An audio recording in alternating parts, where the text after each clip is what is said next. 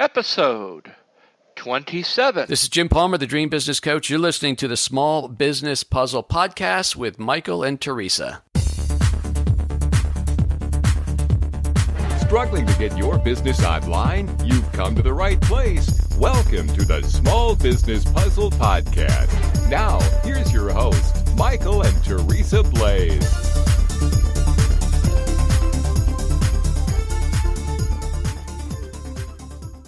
Welcome to the Small Business Puzzle Podcast. I'm Michael, and I'm here with my better half, my wife, Teresa.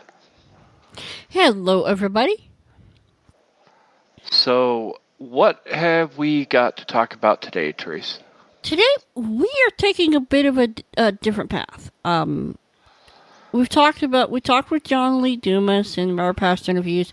We've even talked to those that might be blind entrepreneurs and kind of dispelled the myth that you can't really be an entrepreneur if you're blind. Case in point, Michael Babcock. Today, here's a good question for you. Can you, as a business owner, get on television or on other forms of media? Good question. And our guest today is going to tell you all about that. In fact, I believe he's been featured on over 1,500 media outlets. So I think he knows a little something about that. Yep, let me read his bio real quick. Josh Elledge is the founder and chief executive angel of SavingsAngel.com and is one of the nation's leading experts on consumer savings. Josh is a weekly syndicated newspaper columnist, reaching more than 1.1 million readers. He also regularly appears on more than 75 TV stations across the country, having appeared on TV or radio more than 1,500 times. Upend PR provides step-by-step video coaching, live training, direct access to over 1 million media contacts, media monitoring for ongoing story ideas, and agency-level journalist inquiry monitoring, ongoing pitch creation, and impactful consultation for entrepreneurs and startups seeking to exponentially increase sales and traffic. Josh lives in Orlando, Florida, and is a U.S. Navy veteran, a dad of 3 awesome kids, and is a self-proclaimed fitness geek. And oh my goodness, is that a mouthful? Yes, well, I'm glad you got through it. So, that being said, guys, look, enjoy the interview. I hope you get something out of it. And honestly, if you're getting something out of these interviews when we do them, we want to know. Let us know. Give us some feedback. Leave us a comment on the show notes. And, yeah, we'll keep moving forward. And with that, here's Josh. So, Josh, I want to say welcome to the Small Business Puzzle. Thank you, Teresa. I'm happy to be here.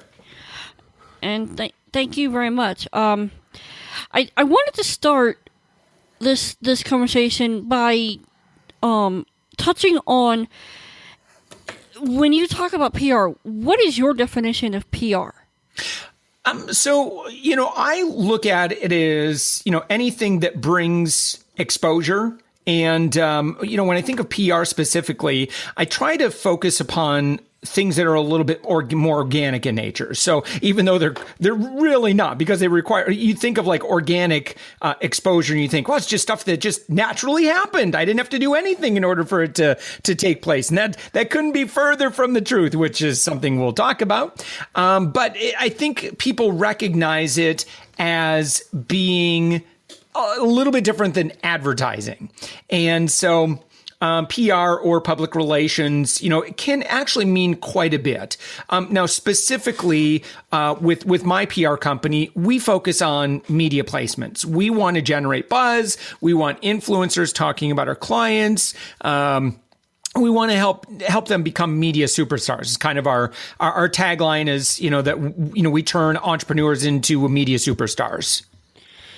And so you're talking about getting on the evening news, right?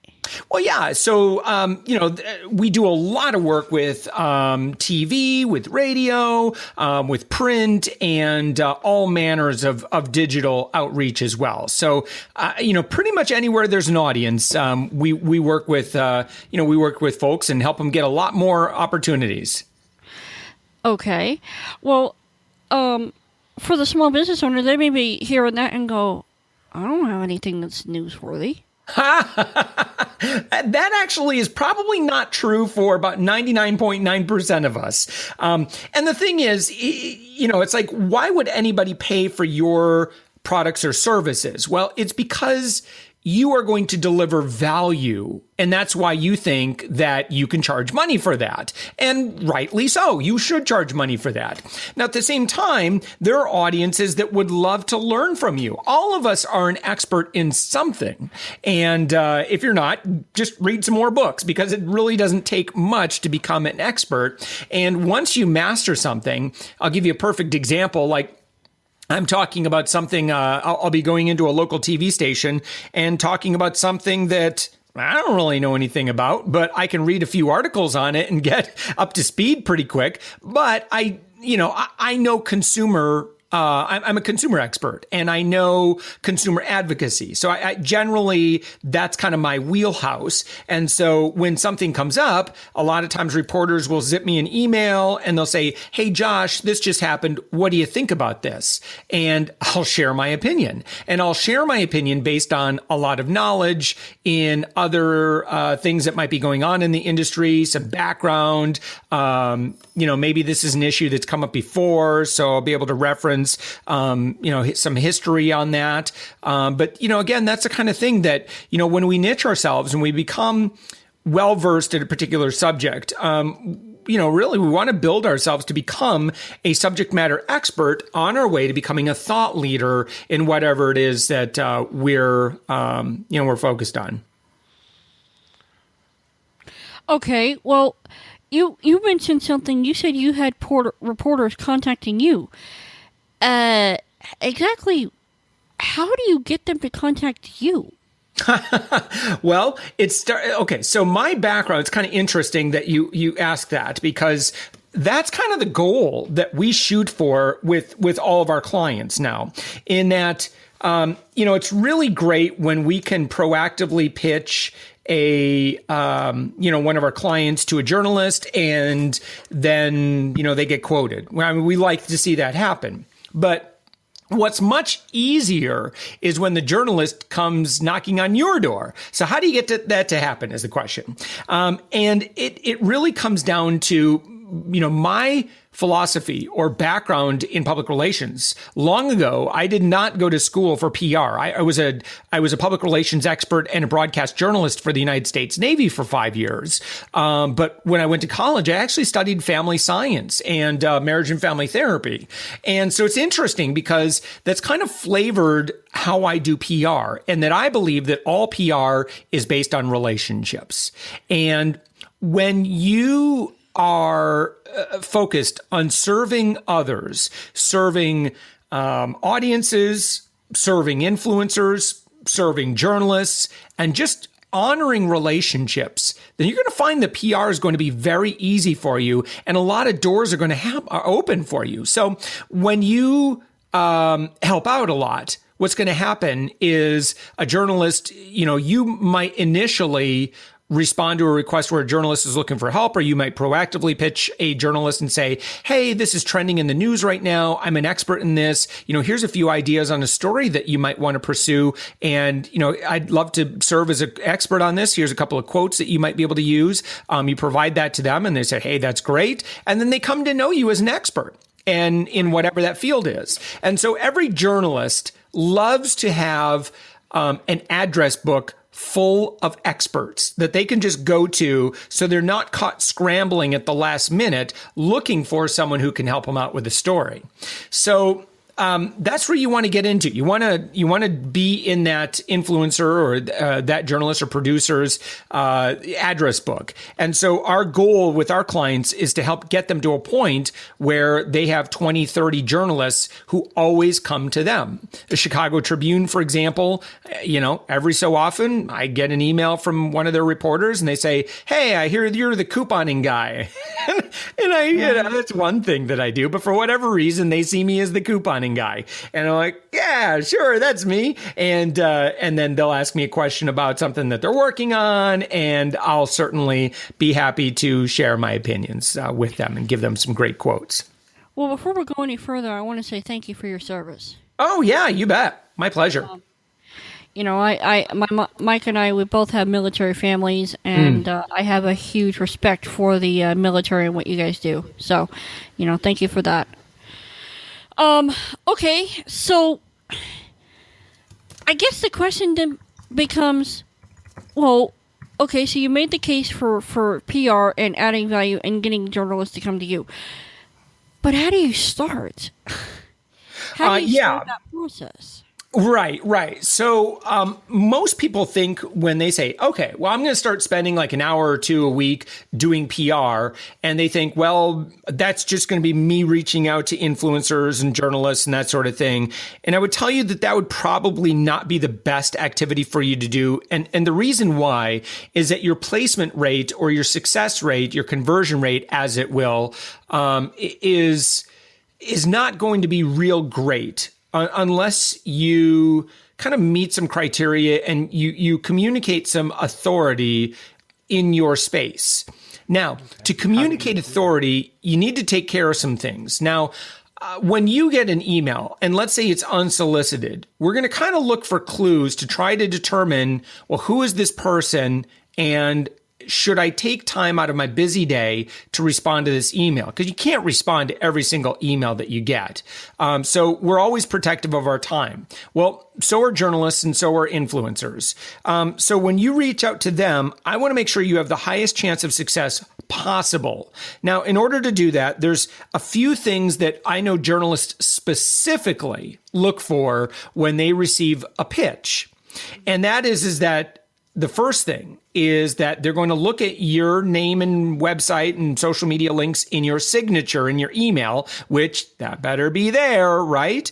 And assuming that it is, then what you want to do is, make sure that when they click to your website, that your website looks great. It needs to have been redesigned in the past couple of years, and you might not want to hear that, but that's the reality. Design standards change at least, every 3 years or so. So that might be good time to freshen up your website, if not do a complete redevelopment of it. So you're just going to have to bite the bullet and make sure that your website is designed to convert, and it's designed to impress. It doesn't have to be wildly complicated and big, but it does need to, whatever it is, portion of it, it needs to make sure it's doing its job.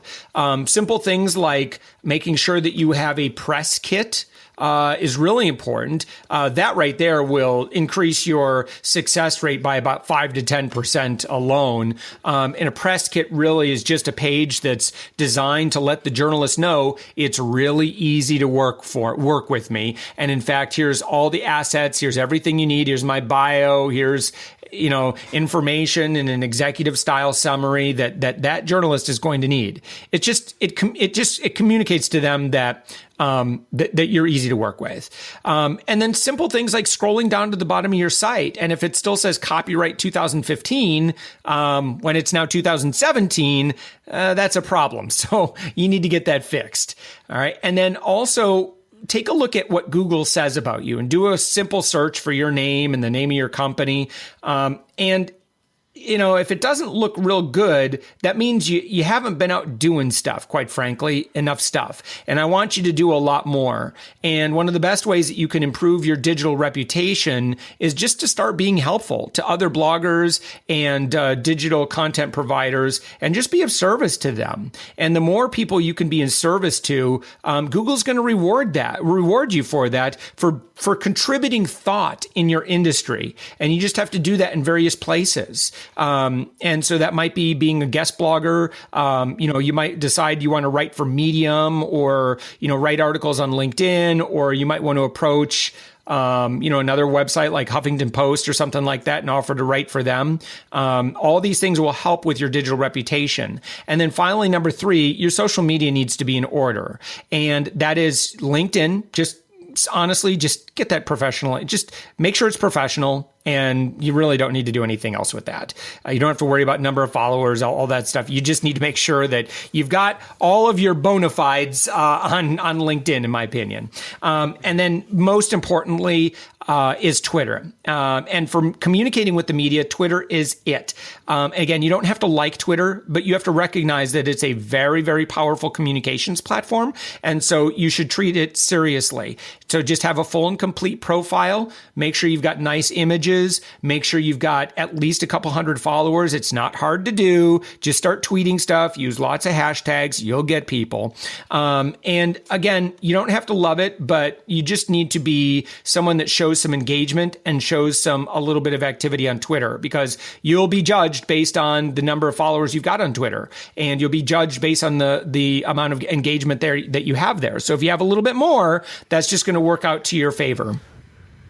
Okay, so then there's 2 questions that follow up. On the LinkedIn side, when you said you need to have all your bona fides, what do you need to have done in order to make sure that is squared away? Yeah, I want to see your successes. Like if you're writing an email to me, I'm going to look you up on LinkedIn. I just want to see, who are you? What have you done? And so your work history, education, accomplishments, and then go ahead on your introduction and, go read some good introductions about who people are, and just kind of copy the formula. And that's what you want. Make sure you have a professional headshot. You don't have to get it professionally done, but at least, make sure it looks professional. And that's really about it. I honestly, I would spend a couple of hours on LinkedIn, do it right, and then move on. Because, again, there are other people who are experts in LinkedIn. Honestly, from my standpoint, I just want to make sure that you're going to get press. And so a good LinkedIn profile it'll help you, but I don't want it to hurt you if you've got like nothing there. Right. And then as far as Twitter, is it just about, sending out articles related to your industry? Is that what they're looking for? Or are they looking for something more? Yeah. So if you can be seen as a thought leader or subject matter, at the very least, a subject matter expert in Twitter, and you're continually sharing thought, and you've got your eyes and ears, and you can prove based on what you share that you really enjoy your industry, right? And you love sharing good stuff. Like people are going to pick up on that pretty quick. And don't use Twitter just to blast out stuff. You should engage with people as well. And in fact, at the end of our conversation, I actually put together a course that I normally sell for $100. And just because I really love you guys, we met at Podcast Movement a while back, a couple of years ago, and so I'd love to give love to give a gift to everybody that's listening to our conversation.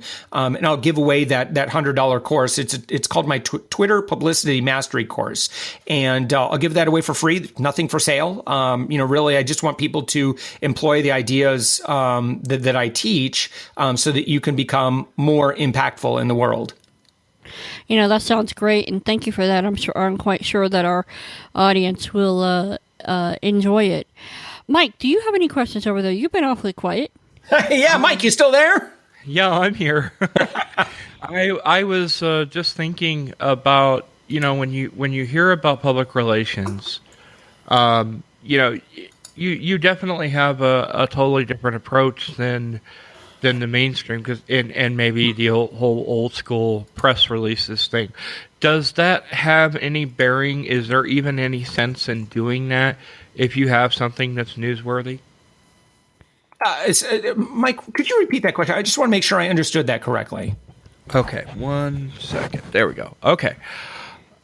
Does it have do press releases have any bearing in public relations today, or have they pretty much gone the way of the dinosaurs? Okay, so when we talk about press releases, a long time ago, I used to be in favor of them. Then I used to be really, really down on them. Now, in terms of stuff you could do, I'm not going to say that press releases don't work. I used to be really, really anti-press release, but I'm starting to find a way of getting them to work. But it's also really critical that you have realistic expectations. If you blast out a Fiverr press release, you're not going to get jack. I mean, you're just not going to get anything out of that. So there are some realistic expectations for you. If you use a service like PR Newswire and you spend about $900 or more, yeah, you're going to get some traction with that. All right. Is it worth it? It might be. Right. I mean, if you've got if you've got some great products and services for sale and you can make that $900 back, then you might, because you're going to get some decent placement from that. I mean, it'll appear in a lot of places, right? How many people will see that? I don't know. I mean, it really depends on your industry. It depends on if you've written the press release in a way that's actually newsworthy and interesting. And, you're not just announcing some boring version 1.105x of your product, which that's kind of boring. Nobody cares about that. But if it's actually interesting, newsworthy, and you think people would actually stop and read it, then you might be in luck. Now, ultimately, what we want from a press release, and we're actually doing some experimenting right now, and we're finding some promising things. Again, we do all agency level stuff for our clients, and so we spend easily more than $10,000-$15,000. Oh gosh, it'll be over $15,000 this year in licenses for different stuff. But once we have that, we have a little bit more power. But ultimately, what you want from a press release is you want some journalist or influencer out there to say, hey, look at this. And then you want them to further organically broadcast your message. So, I kind of look at press releases as kind of like paid press, kind of right. Pay to play. And, you're going to get some eyeballs with that. It might not be huge. So again, don't expect miracles with press releases. But you know what? If you can spend maybe $1,000 and you end up getting maybe like 4 or 5 media placements that are, pretty decent, and out of that, you end up getting a handful of sales out of it, then was it worth it? Well, yeah, I mean, you're kind of moving the needle forward. So I don't think that that's necessarily a bad thing. So again, I would say with press releases, it's probably, in terms of bang for the buck, it's certainly not the highest priority work that I would recommend. Highest priority is always going to be establishing relationships, working in your local market or working in your warm market at least, and providing value. You're going to find that for your PR dollars, you're just going to get a lot more for your money out of that, especially if you can help a journalist or influencer in need. Then, it's like shooting fish in a barrel. I mean, you're really going to be in a very good spot in terms of getting great return on investment from your time and or in any kind of investments. So you definitely want to establish that foundation before you do any of that kind of thing, reaching out to journalists or reaching out to influencers. Yeah, I can definitely see the importance of that. It's just like anything else in your business. If you don't have all those pieces put together, then you don't really look like an authority. You look like a wannabe, and nobody's going to really respect you. Yeah. So that said, here's the thing, though. I don't want you to not work on relationships, right? Because there's the old Guy Kawasaki proverb, don't worry, be crappy. I mean, you're going to have to learn some of this stuff. So I would say what's really important is while you're establishing your authority, just start building relationships. In that Twitter course that I mentioned earlier, it really focuses on how to build friends with any influencer or journalist on Twitter. And I think that if you focus on relationships, don't ask for anything in the beginning, right? That would actually be very bad form to do that. It's really important that you focus on giving, serving, and earning your stripes. Okay? Do that for a year or more, right? Trust me. you're probably not going to lose any big opportunities if you really grow over the course of 5 years as opposed to 1 year. So just be patient and really focus on building your authority first, because it makes everything work better. When you do, maybe you decide to blast out a press release in a couple of years. Now, if you spent a couple of years building your authority, now if I do blast out a press release, or, let's say you do some Facebook ads, people aren't dumb. They're going to be like, well, wait a minute, who is this Josh Elledge guy? I'm seeing his Facebook ad. Let me do a Google search on him real quick. At this point, I would imagine that compared to someone who has no name for themselves, my Facebook ad spend would probably be far more profitable because I've really paid my dues. And I've done that by, teaching and giving and really learning my craft, and just finding opportunities to serve in ways that nobody would even know, but maybe silently, someone said something nice about me in a comment thread or something like that. That's the kind of thing that we want to build. We want to build an audience of people who know, like, and trust you. And the only way to do that really is just to serve, give, and just love people. And it will come back to you. Just trust me, it will come back to you. It all comes down to online reputation if you think about it. Mm-hmm, it really does. So, hey guys, I think with that we need to wrap it up. But first of all, Josh, where can people go get that amazing Twitter offer? Oh gosh, yeah. So here's how you do that. You go to upendpr.com/puzzle. And if you do that, then it should take you to a page where it zeroes out the $99 for the course. And it won't, I'm not selling anything. It just, honestly, please just go through the information. I hope you get a ton of value from it. And I hope you implement what I teach. Now, if it does ask you for a coupon code or you somehow just find that page a different way, then just enter in the coupon code puzzle and that'll work too. And again, that will zero out the $100 investment for the course. It's 4 videos. It'll step you through step by step. Whether you're really super comfortable with Twitter or you hate Twitter or you've never used Twitter, that's fine. I'm going to teach you everything that you need to know so that you can at least work on building your authority, and you could put yourself in a position where you can get a lot of value through connecting with a lot of high-powered influencers. That is great. Hey, seriously, thank you so much for being on the show. And, we look forward to just seeing, hey, guys, seriously, you can't beat free. Go check out his Twitter offer.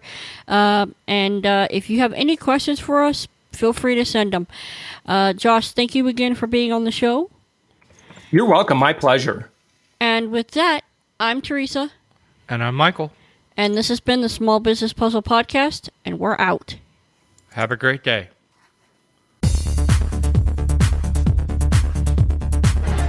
You've been listening to the Small Business Puzzle Podcast. To catch all our past shows, visit sbppodcast.com.